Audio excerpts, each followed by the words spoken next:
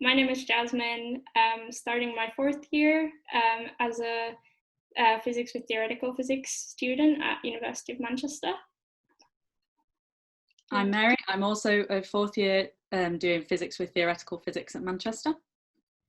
I'm Marco. I'm a reader in particle physics at the University of Manchester. Awesome.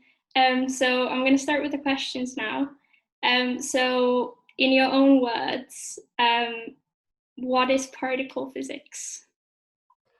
Right. So in particle physics, we study the most fundamental particles that we know of. So if you break down your atom to the nucleus and electron, the electron is actually one of the fundamental particles.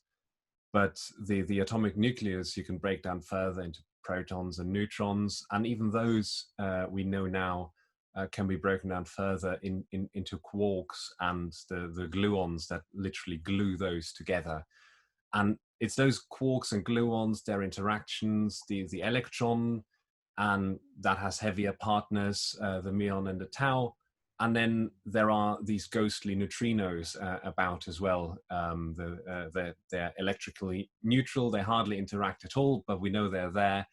And those make up the elementary particles that we know of. And yeah, there's loads you can study about their interactions that tell you how things like nuclear beta decay, for example, happen, but also more related to my research field, how matter and antimatter interact.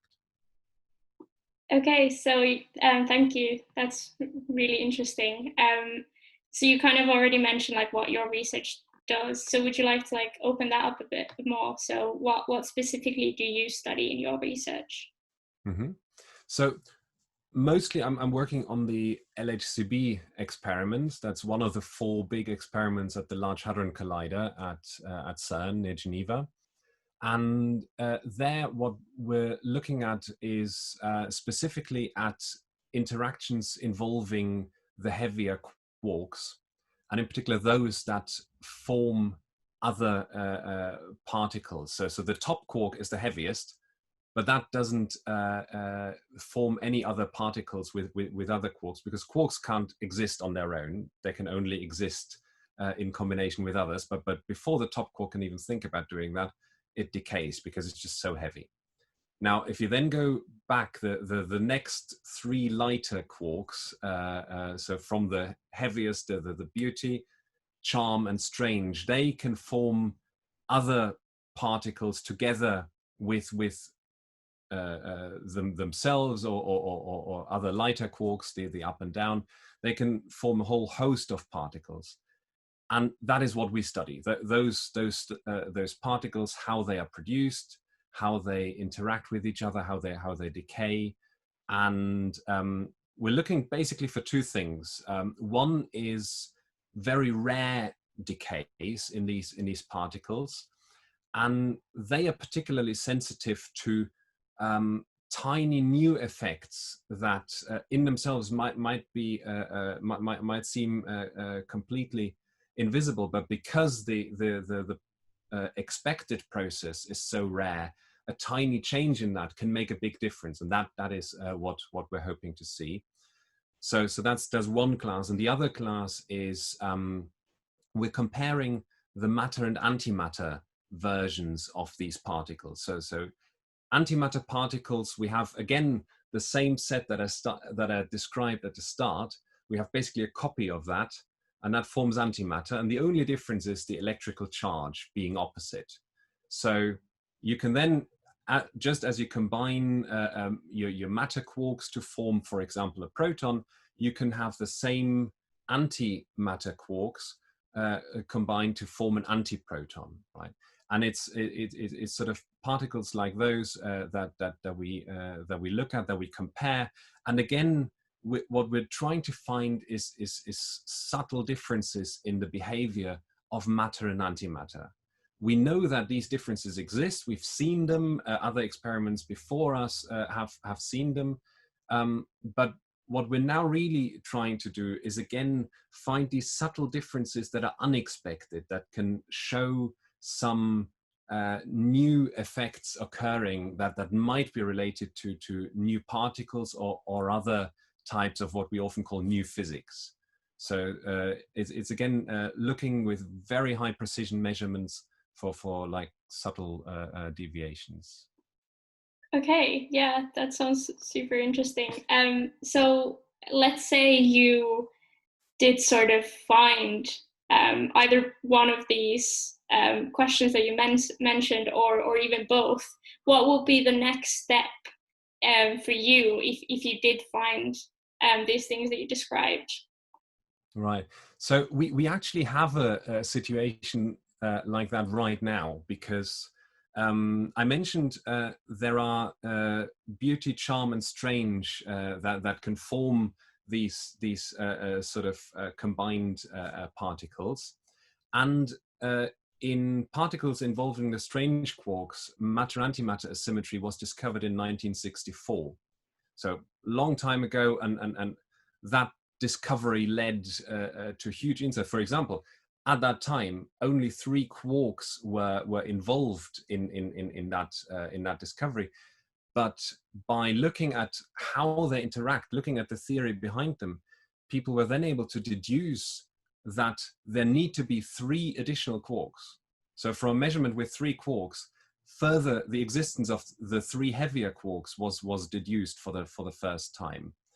And so that was the strange sector. Then in particles with a beauty quark, CP violation was discovered in the early 2000s. And again, that basically then confirmed this picture of the 6 quarks, because it happened to be at exactly the right magnitude. Now, charm didn't show any matter-antimatter asymmetry so far.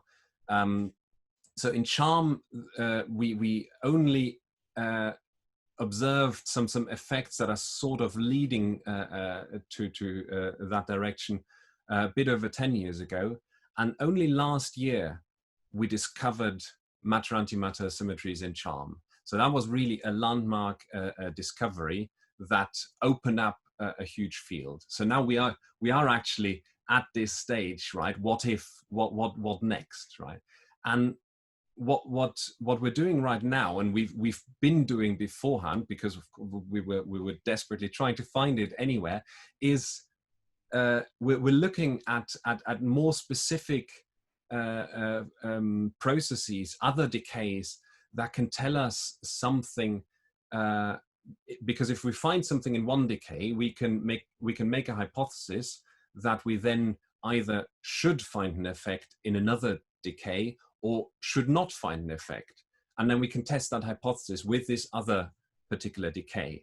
And like that, we've got a whole host of measurements where we're looking. There are also different types of matter-antimatter asymmetry. Some are directly related to the decay of particles. Others are related to what we call mixing. So this is a process by which neutral particles, so where a quark and an antiquark form an electrically neutral particle, that particle can periodically transform into its antiparticle and back.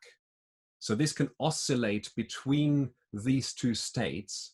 And if there is an asymmetry in how quickly this process goes fast in one direction and in the other, that's also a type of matter-antimatter asymmetry. So this second type we haven't found yet. So this is one of the main goals, in addition to looking at many different decays. So that way we're sort of now branching out and trying whatever we can to find more evidence for this matter-antimatter asymmetry, because it's quite an exciting field, this charm physics, because we can't quite say, does it fit in the picture that was opened by Strange and Beauty, or is there perhaps more there? Is this the first hint of something from beyond what we call our standard model of particle physics? Is this maybe a hint of something else?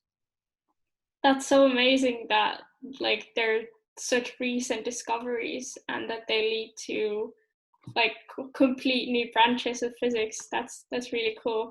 I'd like to go back in time a little bit now. So what made you decide to study particle physics in the first place? Right. I actually was fortunate enough, just before studying university, I was given the opportunity of spending just a couple of weeks at a particle accelerator laboratory in Germany, and that was actually formerly nuclear physics, but what what is done technically is very similar. You have an accelerator, you smash particles together, you study what happens. So and that really excited me. What they're doing there, the big machines, and seeing how fundamental questions you can actually address with these sort of devices. And so I kept going there for internships over the summer and things like that throughout my studies. But also then one of the first professors who taught me, he was a particle physicist, and he then offered three of us a trip to CERN I think at the end of our second year.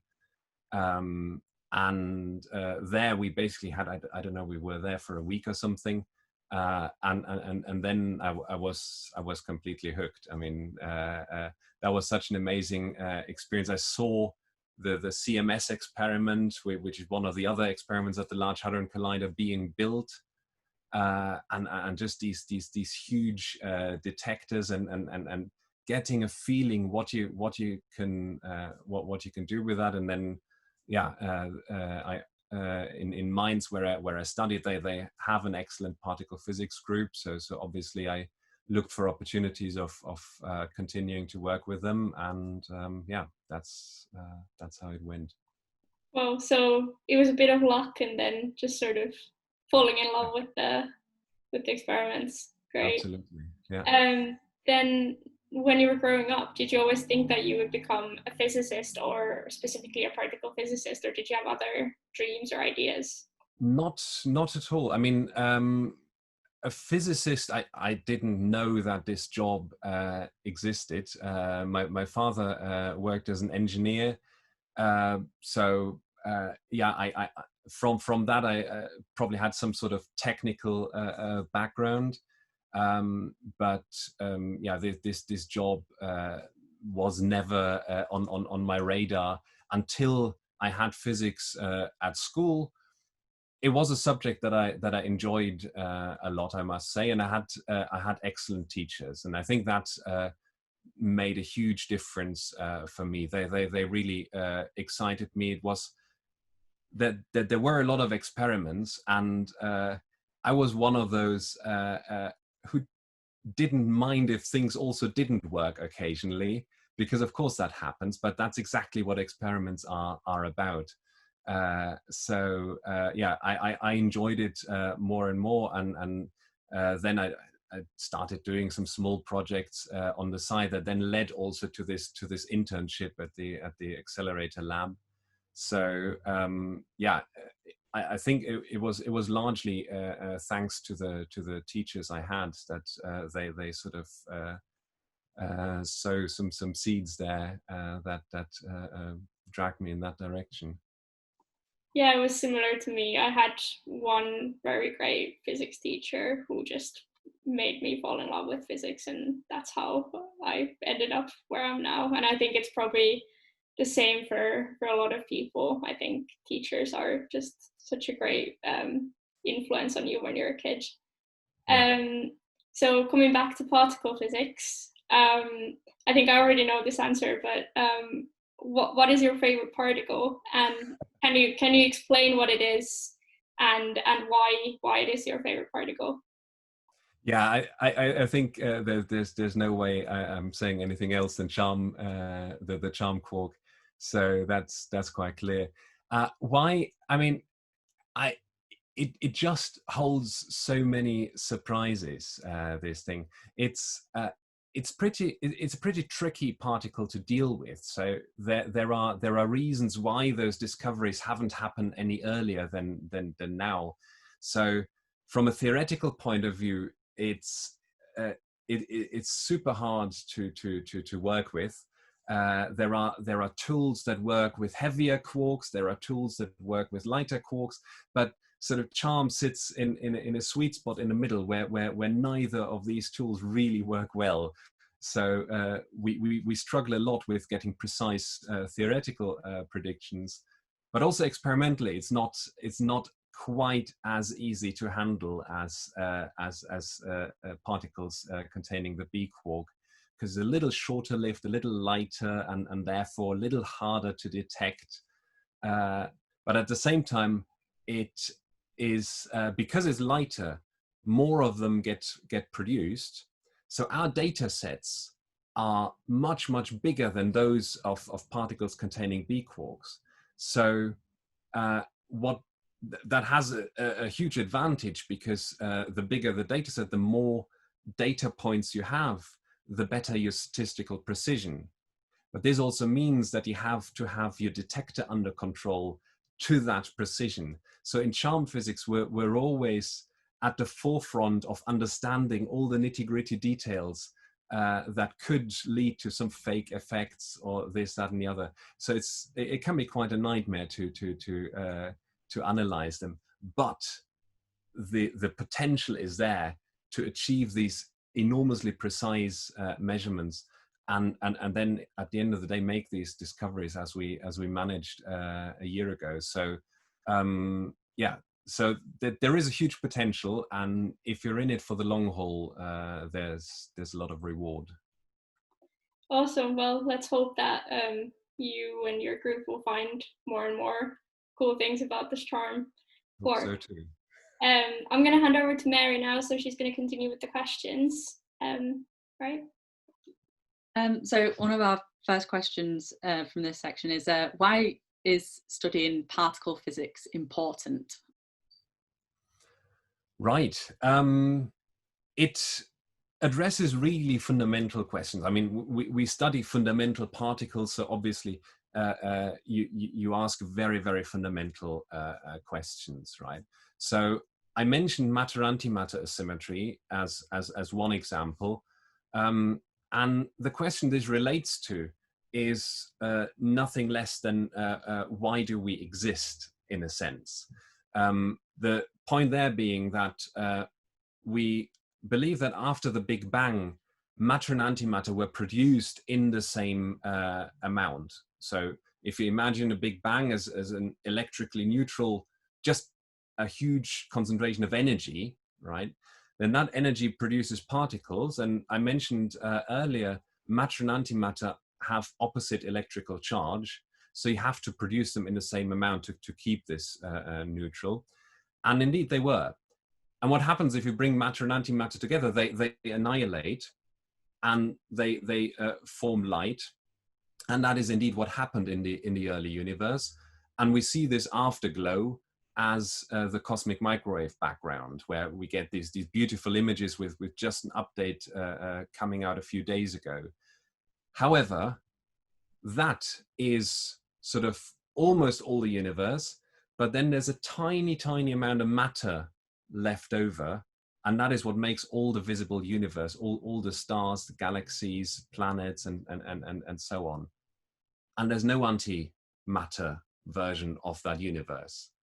If there was, we would see the effects from this annihilation, but we don't. And so the big question is, where has this antimatter gone, right? We know that matter and antimatter annihilated, but there was a little bit of leftover matter, but there doesn't seem to be any leftover antimatter. So there needs to be some asymmetry in these processes, and that is what we're trying to understand. And the asymmetry that I mentioned that was found already in the 60s, this is not enough to explain what happened in the early universe. So there needs to be something else, right? So that is why we're looking for new sources of these asymmetries. We might find some in the quark sector, like I mentioned with CHARMM, But also in the neutrino sector, they're looking for matter-antimatter asymmetries, and that is another possible avenue to add to this. So this is one of the big questions. And then what I described so far, with all the cosmic microwave background, the galaxies and so on, this is just about 5% of the whole universe, right? That's just what we call visible matter. Then there's the dark matter, which is 5 times as much, and the rest of that, the rest then is what's called dark energy. And about those two, we don't really know what they are. So that is another very fundamental question that many of my colleagues are addressing in all sorts of dedicated searches for what could be possible dark matter particles. And then another question is, I mentioned the top quark being so heavy that it doesn't even form any particles, it just decays, right? Whereas we have neutrinos that are basically massless. And this huge range in masses, the top quark is as heavy as a gold atom as a single fundamental particle. And these huge ranges of mass, we don't know what is behind that, why, how that came about. So those are sort of 3 of the main questions we address. There are more out there. And those we just try to get our head around and find some concrete evidence for what else there must be. It's really interesting because I know a lot of people think that as physicists we know quite a lot, but in reality we don't know all that much at all. And there's we know that we don't know a lot indeed. Yes. Yeah. So the next question, what are the sort of real life applications that we can find particle physics in? What can we use what we learn from particle physics for in real life? Mm-hmm. So there are quite a few things where particle physics interacts with sort of real life physics.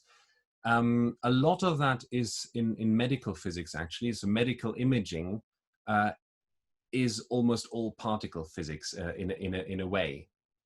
So you can start from X-ray if you want, but in my area working with antimatter, the most prominent example are PET scanners. That stands for positron emission tomography, and the positron is the anti-electron particle.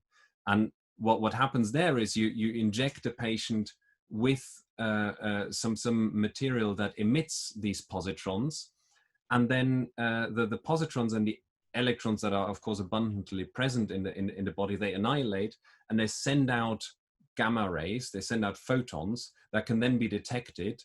And from the many photons being sent out, you can locate where that emission came from. And that is something that then helps to diagnose, for example, the location of tumors and other illnesses. There's then also the accelerator side of things. So that is by now a relatively separate branch, because you need such expert knowledge in that area. But nevertheless, it's of course one quite closely related to particle physics. And accelerators are by now used a lot also in beam therapy. Just a couple of years ago, the Christie Hospital in Manchester opened a new proton therapy center, and that is a particle accelerator where some of our colleagues from physics have been very much involved in planning this and setting this up. There is also accelerators are being used in producing certain nuclear isotopes that you need for medical imaging.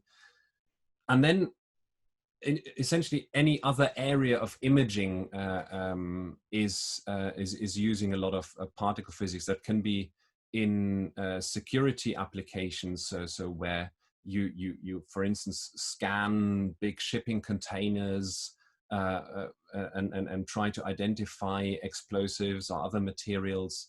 And there are a lot of devices being developed all the time by particle physicists to do these sort of things. Another example is, for example, you can also work with cosmic muons, for example. So that's particles coming naturally from outer space, and if you look at how they are absorbed by a large body of material, you can deduce something about the density of that body, and that way they've been able to image the interior of pyramids in Egypt, for example, and that's nothing else than particle physics as well. So there are a number of these applications around. Great, that's really interesting. Thank you. And then another one is, how do we actually see the particles that are created at the LHC or other particle colliders? Right. So that is where we need these huge detectors, and they need to be big, because many of the particles we create, or many of the accelerators we work with, they produce particles with enormous energies.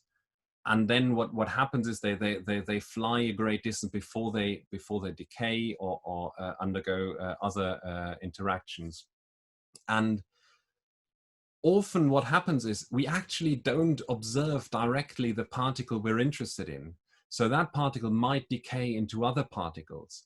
But if then we can identify these decay products, then we can measure their velocity, their momentum, their masses, and from that we can sort of puzzle together the picture of what happened at the start of that interaction, and by doing that we can then deduce what particle was produced, how long it, how far it traveled, what energy it had, and so on and so forth. And then at the end of the day, when, for instance, in my case, I compare matter with antimatter, it's literally just comparing two distributions, right? And I see then, okay, in this case, I have a little bit more happening at this specific energy than in the antimatter equivalent, right? So it's that at the end of the day. But what we need for that is huge detectors that piece together, as I said, momentum, decay time, particle identification. So some detectors are specialized in differentiating different types of particles. And then we need to read that out. And that is another challenge. So our experiment produces about 1 terabyte of data every second. So very quickly we need to reduce that down. We can't write that to any disk. That's absolutely impossible. So we very quickly need to decide, is this even worth looking at? If so, what are the interesting bits and pieces? And we need to reduce it down by many orders of magnitude. At the end of the day, we write out maybe about 1 megabyte, or no, it's a bit more than that, a gigabyte per second, thereabouts, that sort of order of magnitude. And then even that is of course a huge amount of data. So essentially what we're doing is data science, right? So we are dealing, and in particular going forward in the next decade, we will be dealing with very comparable amounts of data to the likes of Facebook, Netflix, or whatever huge data transporting company you can think of. Great, thank you. I think we've got time for one more, and that is, why was the Higgs boson discovery so important? All right. So I mentioned at the start all the different fundamental particles. What I didn't mention so much were there are a few more particles that are responsible for their interactions. And the Higgs boson is one of those. And it was the last one in what we call the standard model of particle physics. So this was the last piece of the puzzle that was needed to sort of round up our current knowledge and confirm that as a well, within our knowledge correct picture. We know it's not the end of the story, but it forms a coherent picture, and that was really missing. What it does concretely is it's responsible for giving all the other particles mass. So without the Higgs boson there, all the other particles have no reason to have a mass. And obviously they do. I mentioned it. I gave the example of how important it is for the top quark that it has this mass, because otherwise it would not decay as spontaneously as it does, right? So this interaction with the Higgs boson is very fundamental to what's happening, and so yeah, that's why it was such a big thing for us to find that, and indeed it was the main driver to build the Large Hadron Collider. Great, thank you very much. Okay, I think we're starting to run out of time, so I think that'll be all of our questions for now. Thanks so much again, Marco, for doing this and answering all of our questions so well. I wish you could just keep asking you questions, and I feel like you could just answer all of them.